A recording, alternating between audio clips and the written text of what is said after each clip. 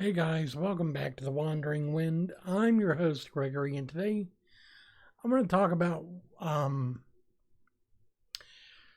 why I'm not that fond of the way the presidential debates are going, and the race is going, and why I feel like we're straddling the line between patriotism and racism way too often these days.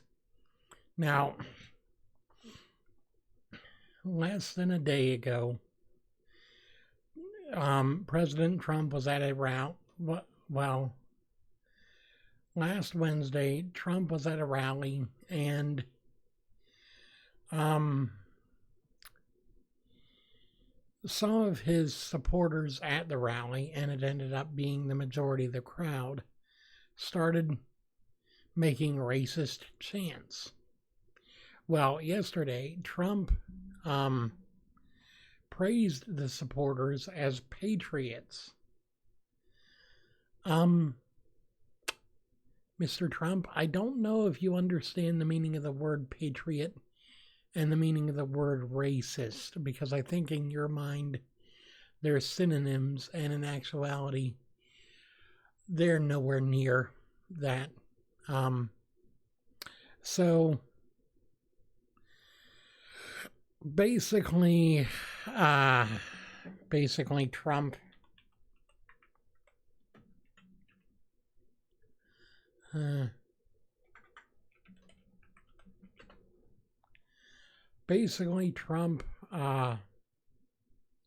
was at a rally, and during this rally, he was talking about one of the constituents for the presidency. I do not know if it was AOC or somebody else, but during his speech against her, the crowd started to chant, "Send her back." Why didn't you stop them? Why didn't you ask them to send her back, send her back? And the thing is, it directed it on Omar of Minnesota, a freshman Democrat who is also Muslim. Okay, she's Muslim. She's a Democrat. She's a citizen, natural born citizen of this country. And earlier, actually, Trump had made a comment about the Squad, which is the collective name that they have adopted for themselves, of the 4 freshman Democrat candidates who are also people of color. And he made a statement earlier that they should go back to their own countries and make change there if they want to do that. Problem is, only one of them is an immigrant, and that one is also a legal citizen of the United States, having lived here for several years.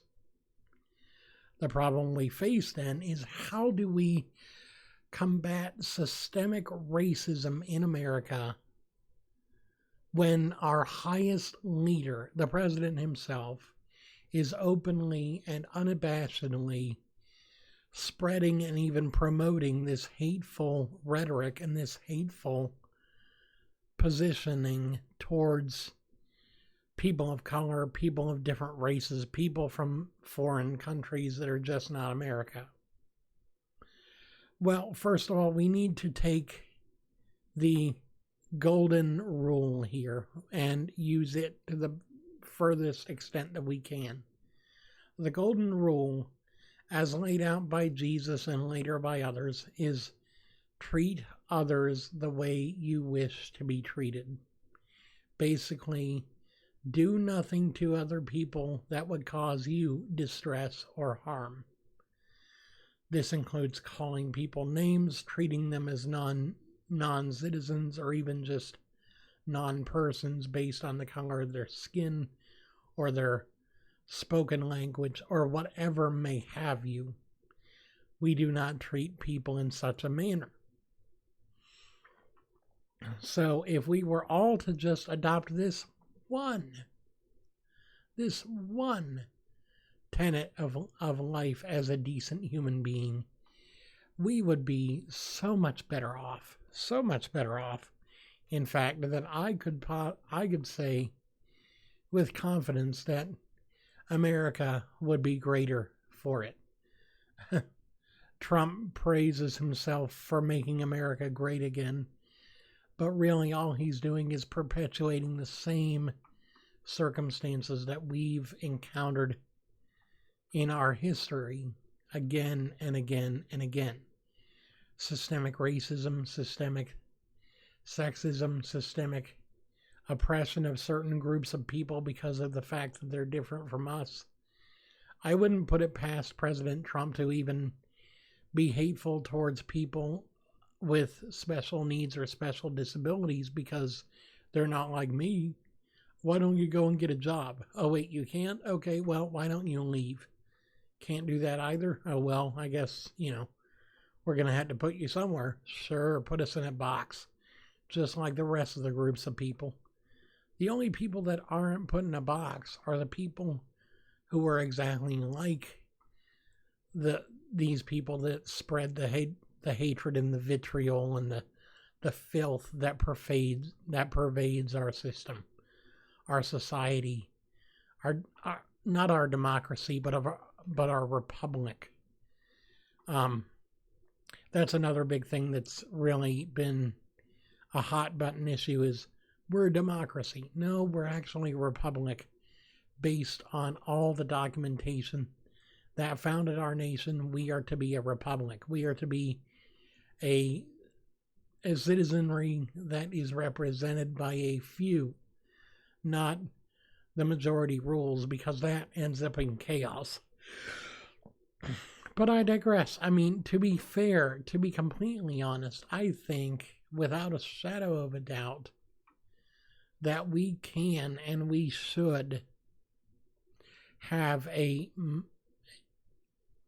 minimum, a measure of human decency for each other and a measure of respect for one another, just for being able to survive life together. I mean, we don't always survive it the same way. I'm not surviving life by having a job, but you might be. And that's great. That's awesome. If you can have a good paying job and afford things like insurance and a newer car or the latest high-tech devices of whatever kind, great, good on you.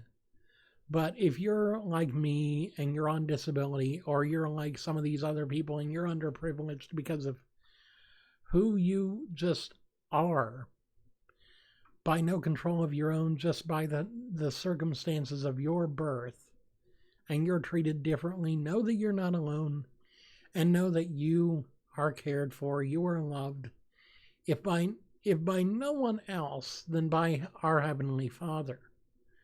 We all are loved deeply by the Father and by the Son.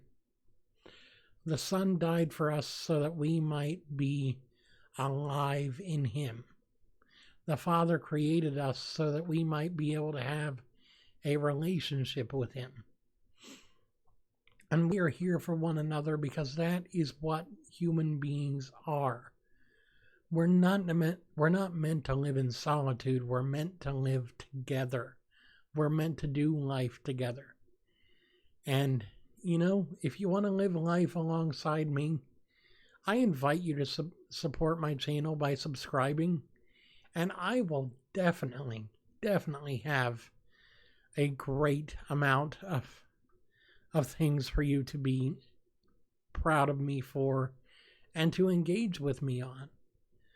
I have a few recommendations. A few recommended to me videos coming up that I'm going to be doing.